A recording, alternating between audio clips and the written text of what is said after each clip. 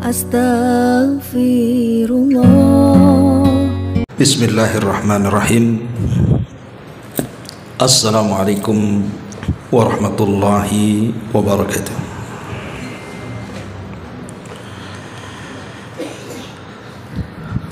Alhamdulillah. Alhamdulillahilladzi arsala rasulahu bil huda wa dinil haqq liyudhhirahu 'ala ad-dini kullihi wa kafa billahi shahida wa kafa billahi wakila. Asyhadu an la ilaha illallah wahdahu rabbi la syarika lah wa asyhadu anna Muhammadan 'abduhu wa rasuluhu alladzi la nabiyya ba'dah. Amma ba'du.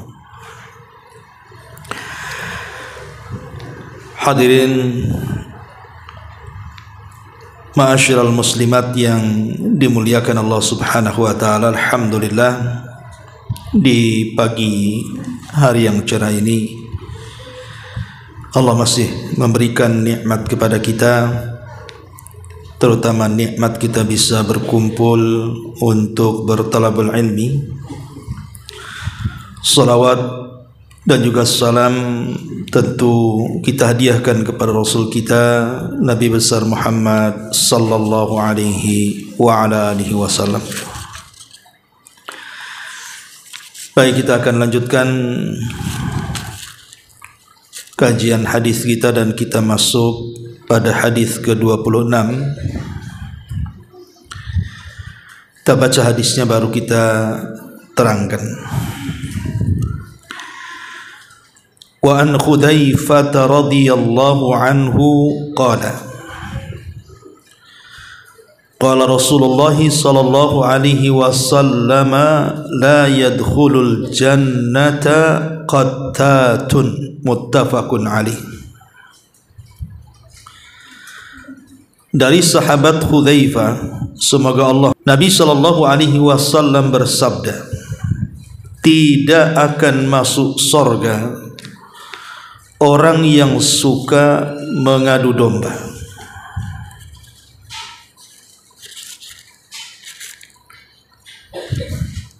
Ma'asyiral muslimat yang dimuliakan Allah Subhanahu wa taala, hadis ini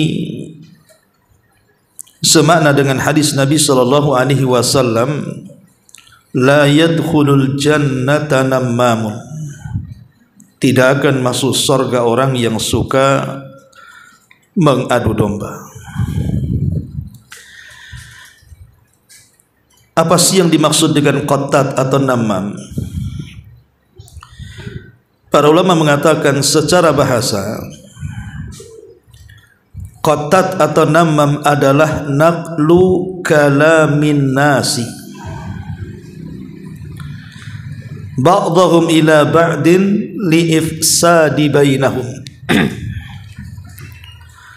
Seseorang menukilkan ucapan manusia, sebagian mereka kepada sebagian yang lainnya, dalam rangka merusak hubungan persahabatan. Jadi si A bicara ke si B, atau si A bicara ke si B tentang si C. Kemudian setelah si A bicara tentang si C ke si B ini, kemudian dia mendatangi si C, kemudian bicara tentang si B. Akhirnya antara si B dan si C ini terjadi perkelahian. Itulah yang disebut dengan adu domba. Ma'asyiral muslimat yang dimuliakan Allah Subhanahu wa taala,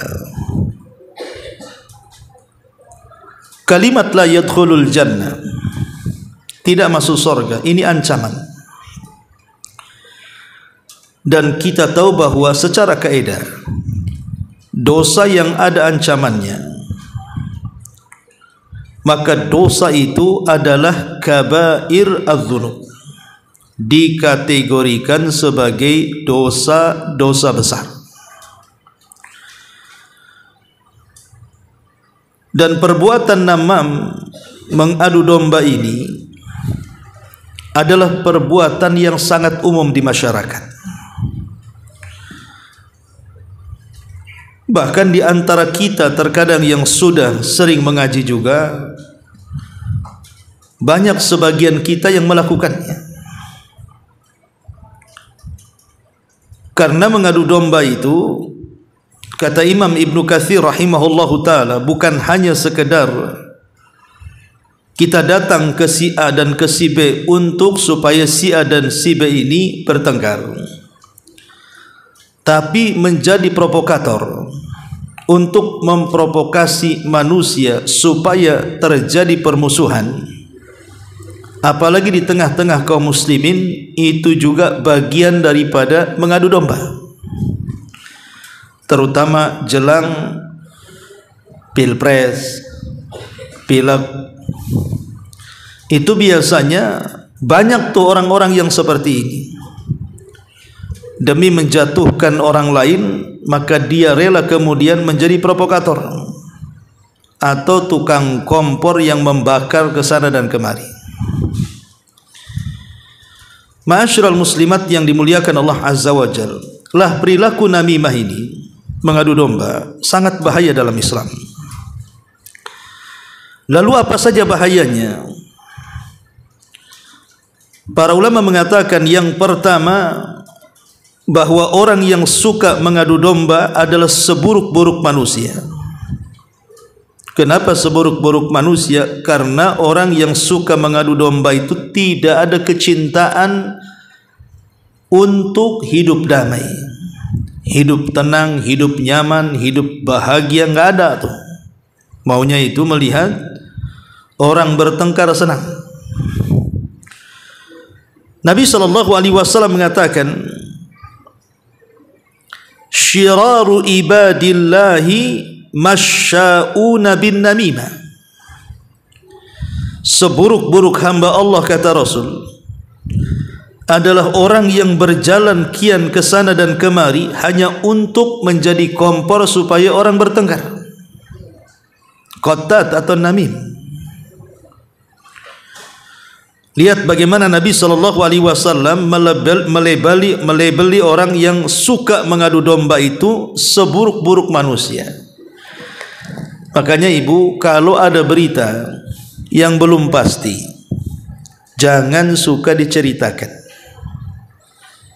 karena boleh jadi berita yang diceritakan itu isinya mengadu domba. Ini yang pertama. Yang kedua, bahwa namam, orang yang suka mengadu domba itu tukang kompor. Kalau gas yang 5 kilo masih mending, kalau yang 25 kilo meledak-ledak tuh. Itu bagian daripada perbuatan syaitan, sebagaimana dinyatakan dalam sebuah hadis yang dikeluarkan Imam Muslim dari hadis Jabir bin Abdullah radhiyallahu anhu. Kata Nabi SAW, inna syaitan qad aisa an ya'buduhul musalluna fi jaziratil arabi walakin fit tahrishi bainahum.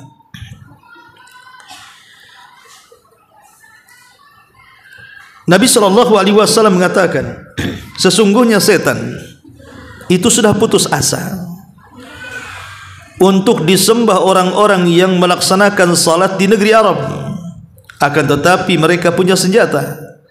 Apa senjatanya? At-tahrishi bainahum. Setan membuat keretakan di tengah-tengah umat manusia, di tengah-tengah umat manusia. Bahkan sebagian para ulama mengatakan perbuatan namimah itu justru lebih jahat dibandingkan perbuatan setan itu sendiri. Kenapa demikian? Karena setan itu dia hanya ngasih was-was saja, Bu. Dia datang ke kita itu tidak mungkin kemudian mendorong kita ataupun memegang tangan kita kemudian menyeret orang untuk mengadu domba. Tidak, setan itu hanya ngasih was-was. Tapi orang yang namimah ini bukan ngasih was-was, tapi dia datang langsung ke orangnya, ngobrol langsung ke orangnya. Terkadang kata-katanya sudah disusun. Makanya sebagian para ulama mengatakan bahwa mengadu domba itu lebih jahat dibandingkan amalan setan. Satu hari seorang laki-laki datang kepada Imam Hasan Al-Basri, kemudian mengatakan, "Ya Imam, inna fulanan yatakallamu fik." Wahai Imam, si fulan saya mendengar langsung dia kayaknya ngomong tak bagus soal kamu. Apa kata Imam Hasan Al-Basri? Amma wajada syaitan rasulan ghaira. Apakah setan mengutus seseorang untuk merusak hubunganku dengan dia? Lihat bagaimana Imam Hasan Al-Basri rahimahullahu ta'ala memberikan contoh bahwa si tukang namimah, si tukang kompor yang mengadu domba ke sana kemari itu lebih jahat dibandingkan setan.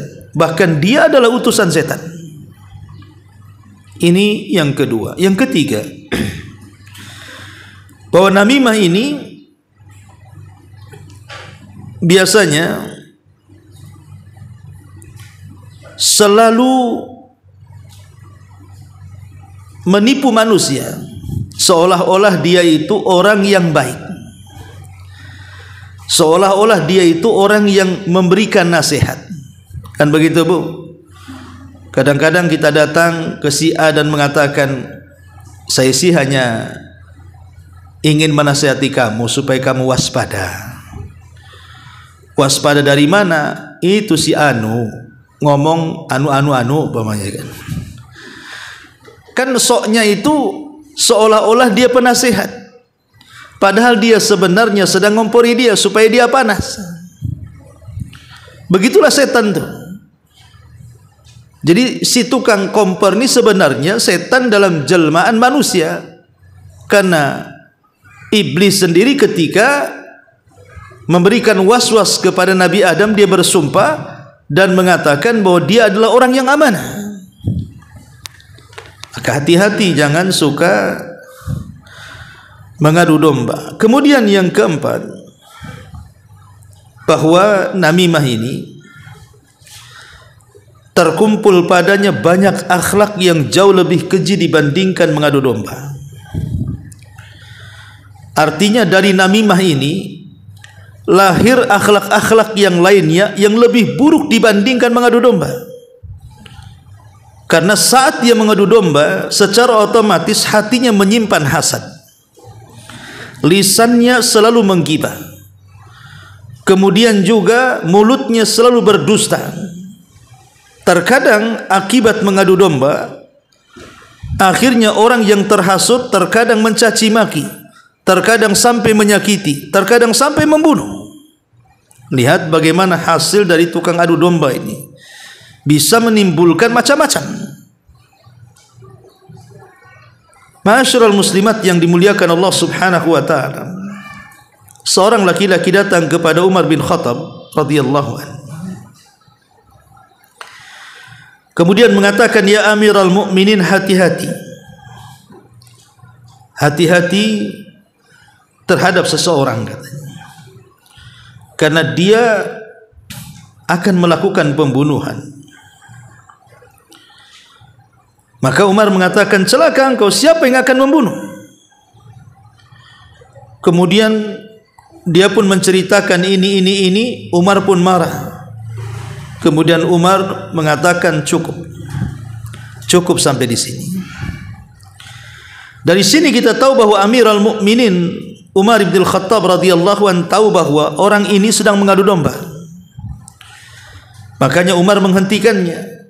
Karena biasanya orang yang mengadu domba itu, pertama, biasanya suka tatabbu, mencari-cari kabar, mencari-cari berita, mencari-cari gosip. Yang kedua, mencari-cari aib orang. Yang ketiga, tajasus.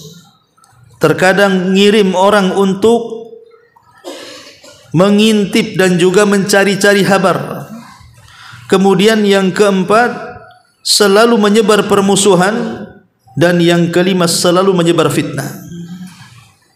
Inilah di antara ciri-ciri orang yang suka namimah tuh. Kemudian yang kelima, umumnya orang-orang yang namimah itu bukan hanya melahirkan akhlak-akhlak yang buruk, dia sendiri punya sifat buruk yang banyak. Makanya Allah sampai mengatakan wala tuti kulla halafim mahin hammazin masya'im binamin. Jangan kau ikuti setiap orang yang suka bersumpah lagi hina, yang selalu mengejek dan kesana kemari menyebarkan fitnah, mengadu domba. Kemudian yang keenam, dan ini yang paling bahaya, bahwa orang yang suka mengadu domba itu terancam dengan azab kubur. Satu hari Nabi SAW lewat di sebuah pekuburan. Tiba-tiba diperdengarkan dua kuburan yang sedang disiksa. Maka Nabi SAW mengambil pelepah kurma basah, kemudian membelah menjadi dua, kemudian meletakkan di dua kuburan itu. Kemudian Rasul mengatakan, mudah-mudahan selama pelepah ini belum kering, bisa meringankan azab keduanya. Kemudian sahabat bertanya, kenapa Rasul melakukan seperti itu? Maka Nabi SAW menjawab, karena keduanya melakukan dosa besar yang dianggap kecil. Lah salah satunya Nabi SAW mengatakan, adapun yang satu itu kalau cebok tidak pernah bersih itu. Adapun yang satunya karena dia kesana kemari mengadu domba dan menyebar permusuhan. Lihat bagaimana Nabi SAW diperdengarkan suara azab di dalam kubur. Dosa apa mereka? Salah satunya namah, orang yang mengadu domba. Bahkan dalam hadis yang kita baca yang nomor 7, diharamkan masuk surga. La yadkhulul jannah qattatun, wa fi riwayah nammamun. Tidak akan masuk surga qattat dan juga namam, orang yang suka ngadu domba. Bahkan lebih daripada itu, terancam dengan azab jahannam. Karena Allah mengatakan wailun likulli humazatin lumazah. Sebagian ahli tafsir mengatakan humazah adalah orang yang suka namimah. Neraka wel bagi orang-orang yang suka namimah itu.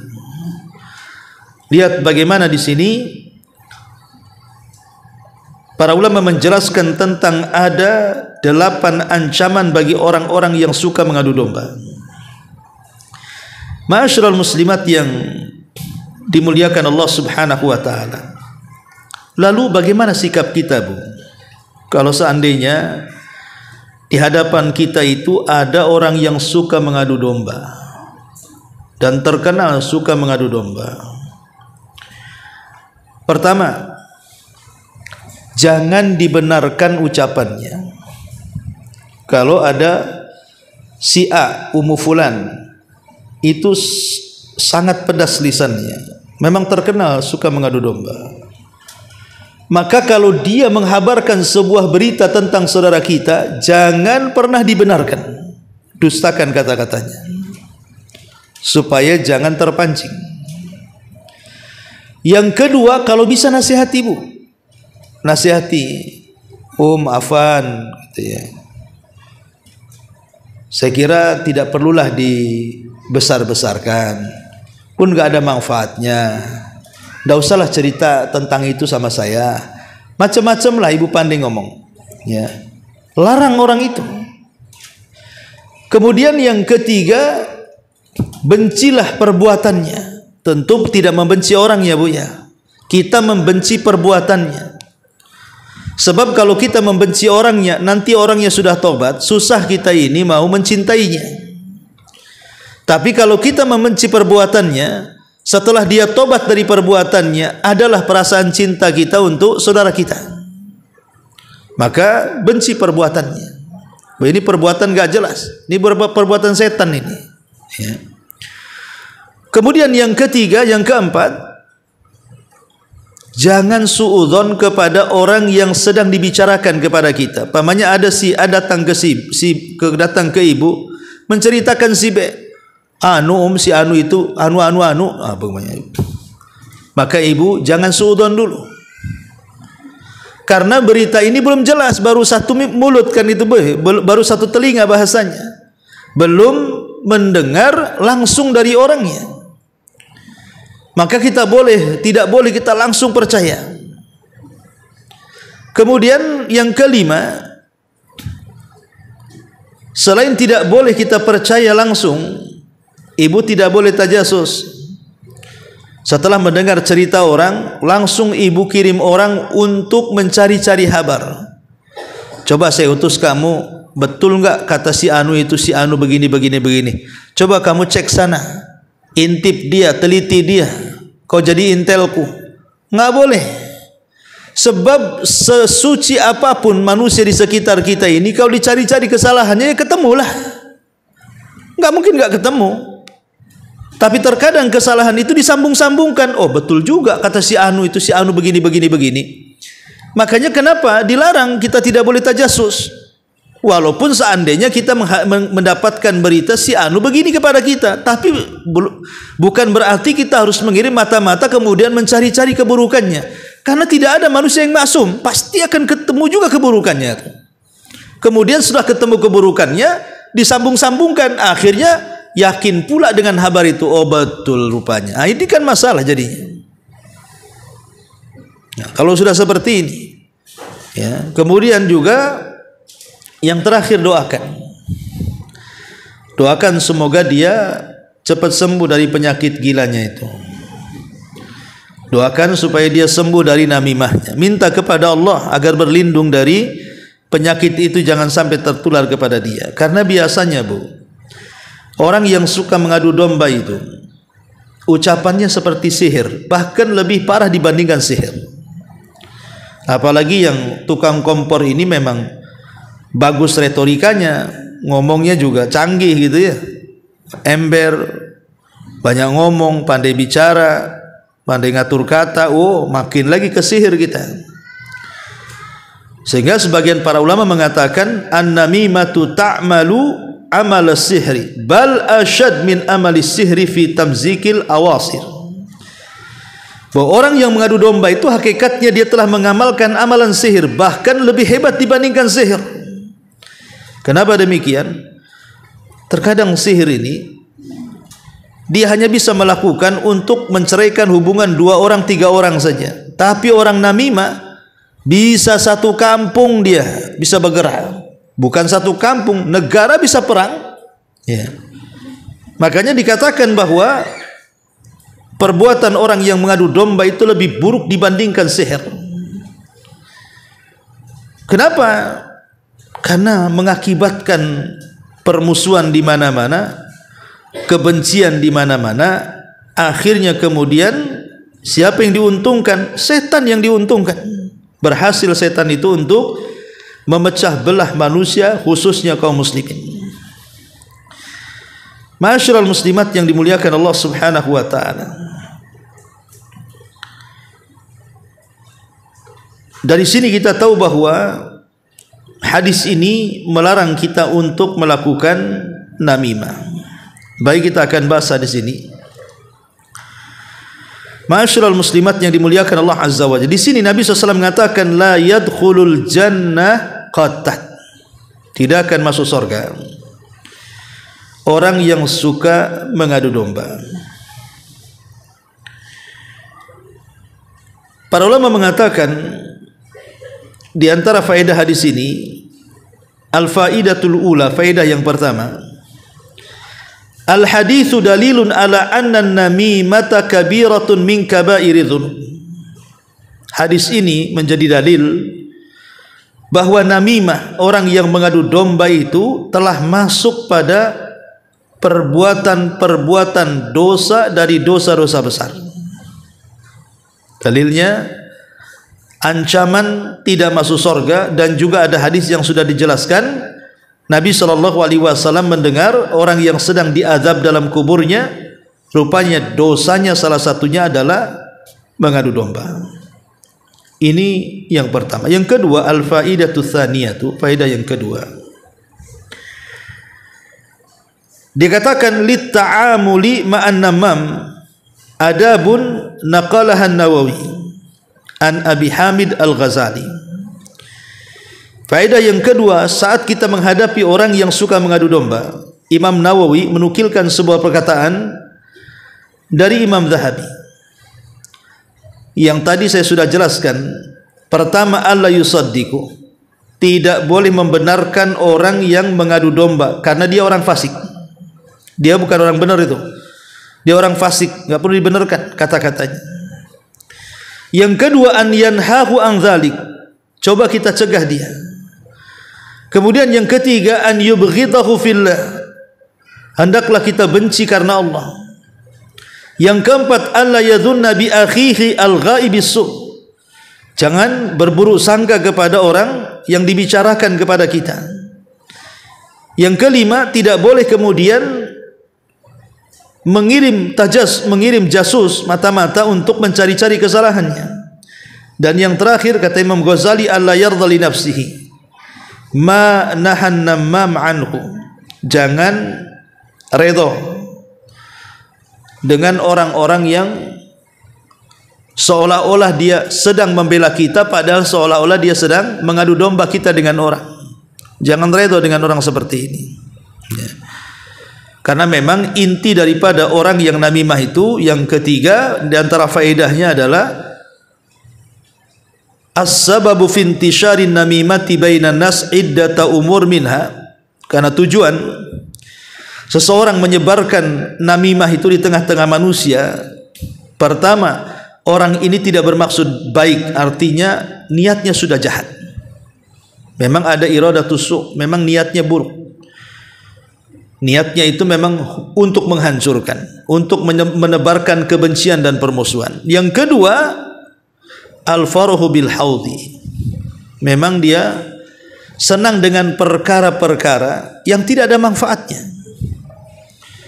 Perkara-perkara yang tidak manfaatnya, di antaranya fudul kalam, banyak ngomong ya. Kemudian juga menghabiskan waktu, ya kan menghabiskan waktu saja, ngobrol ke sana, ngompori sana, ngobrol ke sini, ngompori sini, kan nggak ada gunanya hidup kayak gini, Bu. Dia menghabiskan waktunya saja itu, menghabiskan umurnya. Kemudian juga bicara banyak ke sana kemari. Akhirnya lahirlah banyak dosa dari namimah, jatuh ke ghibah, jatuh ke dusta, jatuh ke permusuhan, dan begitu seterusnya.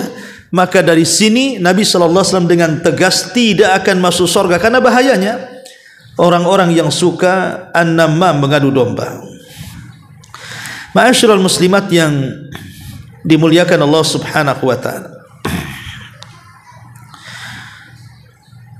Al-Imam Hasan Al-Basri rahimahullahu taala mengatakan, man namma ilaika namma alaika, siapa yang mengadu domba, maka ada orang lain yang akan mengadu domba Anda. Itu hukum karma namanya. Kalau kita mengadu domba orang, nanti Allah akan kirim orang yang mengadu domba kita.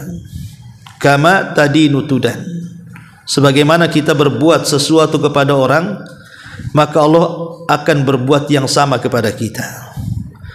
Maka jangan suka mengadu domba. Man namma ilaika namma alaika, kata Imam Hasan Al-Basri, siapapun yang mengadu domba orang, maka Allah akan kirim orang yang suka mengadu domba dengan kita. Ma'asyiral muslimat yang dimuliakan Allah Azza wa Jalla. Lalu bagaimana caranya, Bu, supaya kita ini tidak mudah mengadu domba? Bagaimana caranya kita selamat, jangan jadi pelaku dan jangan jadi objek juga. Pertama, kalau tidak ingin jadi pelaku, pertama nih, kata para ulama, sibukkan lisan kita dengan zikir. Tidak perlu kita lari sana lari sini untuk mengadu domba. Sibukkan dengan zikir. Karena bagaimanapun ketika seseorang itu menyibukkan dirinya, lisannya, majelisnya dengan zikir kepada Allah Subhanahu wa taala, maka lisan kita lebih terjaga. Tidak mungkin lisan kita diobral untuk mengadu domba. Yang kedua, ambillah hal yang sangat bermanfaat bagi hidup kita itu. Jangan sampai menghabiskan waktu, menghabiskan umur, menghabiskan biaya, tenaga, menghabiskan ucapan gitu hanya untuk perkara-perkara yang tidak ada manfaatnya. Karena mengadu domba itu tidak ada manfaatnya. Pertama, bahayanya juga orang kalau lisannya mengucapkan sesuatu yang di dalamnya ada kemurkaan kepada Allah Subhanahu wa taala, maka dosa lisan ini yang paling cepat memasukkan kita ke neraka. Bukankah Rasul yang mengatakan seperti itu kepada Mu'ad? Wahai Mu'ad, bukankah kebanyakan manusia masuk neraka jahanam diakibatkan lisan-lisan mereka?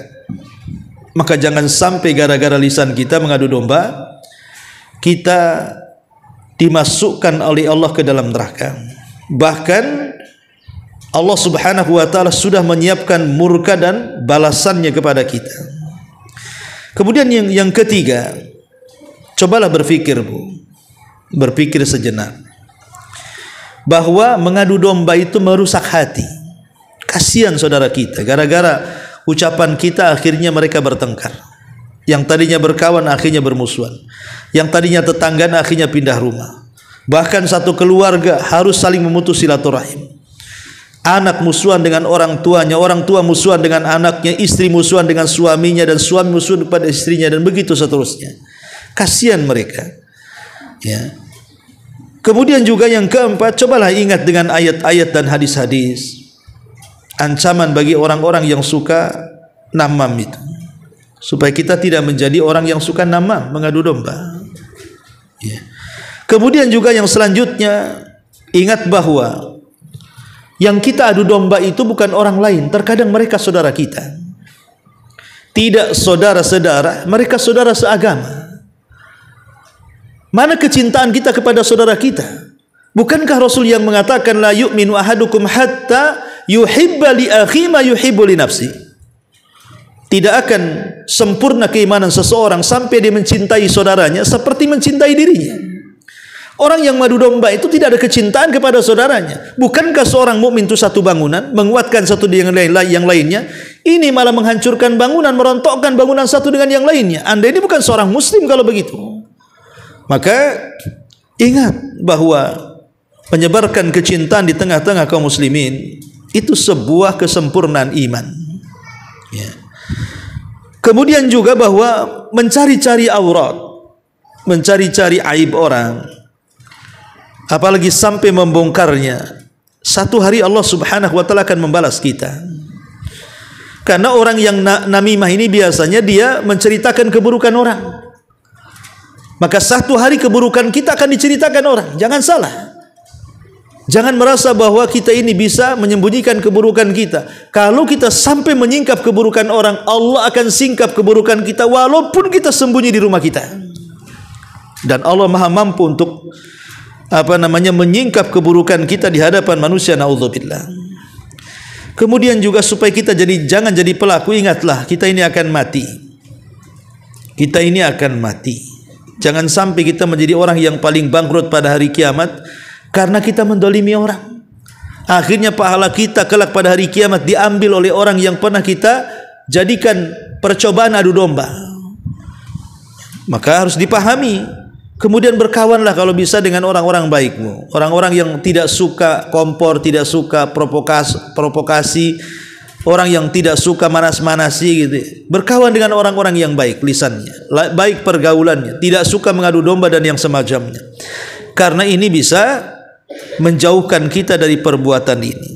Cari teman yang baik, cari teman bicara yang baik, dan lebih daripada itu jaga lisan kita. Sekali lagi, jaga lisan kita, hargai lisan kita, Jangan sampai gara-gara lisan kita tidak menginjakkan kedua kaki kita di sorga. Inilah diantara penjelasan tentang namimah. Dan perlu diketahui bahwa secara global namimah itu adalah jalan menuju neraka.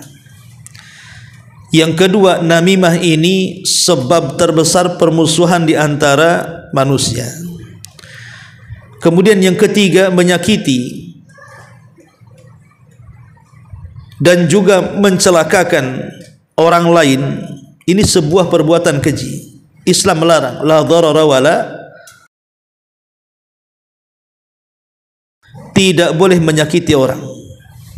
Dan yang keempat, bahwa namimah ini biasanya akan berakhir dengan su'ul khatimah, dengan akhir yang buruk. Kemudian yang kelima, bahwa namimah ini sebenarnya perbuatan setan, merendahkan diri di hadapan setan dan tidak bangga menjadi seorang muslim. Dia lebih suka berdusta, lebih suka menggibah, lebih suka memiliki watak-watak munafik, naudzubillah. Dan yang terakhir, namimah ini bisa menghilangkan rasa cinta dan juga kerinduan sesama kaum muslimin, berubah menjadi sebuah permusuhan, bahkan tak jarang saling menyakiti, bahkan tak jarang saling membunuh di antara mereka. Wallahu alam, ini di antara bahaya orang yang mengadu domba. Baik, sampai di sini kita buat tanya jawab, silakan.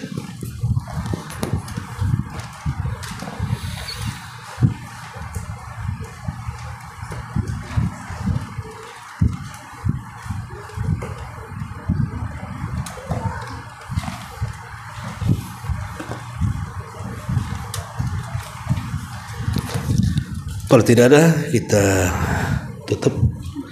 Mudah-mudahan ada manfaatnya. Subhanakallahumma bihamdika, asyhadu an la ilaha illa anta, astaghfiruka wa atubu ilaik. Allahu ta'ala alam. Assalamualaikum warahmatullahi wabarakatuh.